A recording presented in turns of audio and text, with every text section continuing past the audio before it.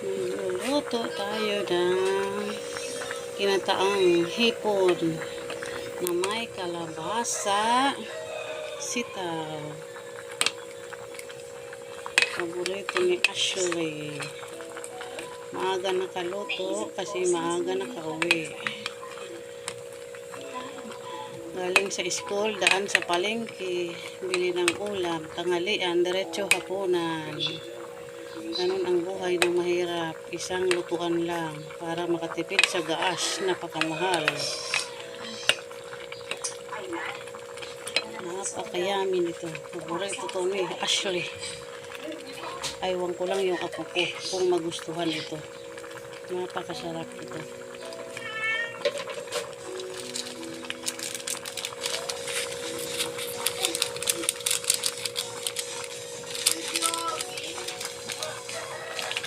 Lagyan ng pinakahuling timpla yung patis. Ang patis. Ang pinakahuling timpla ang patis. Yan ang napakasarap naming ulam.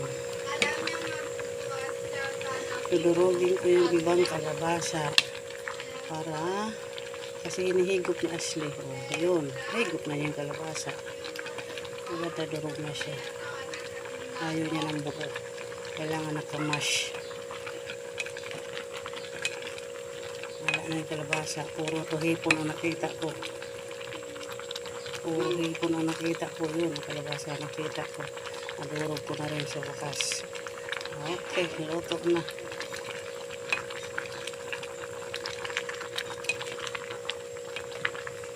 Pagkamahal ang bilihin. Kailangan isang lutuan lang. Ayan. Tapos, yung kakang pinakalas. Okay. Ready to serve na. Ang sarap. Ready na. Bye-bye guys. Please follow my reels and share.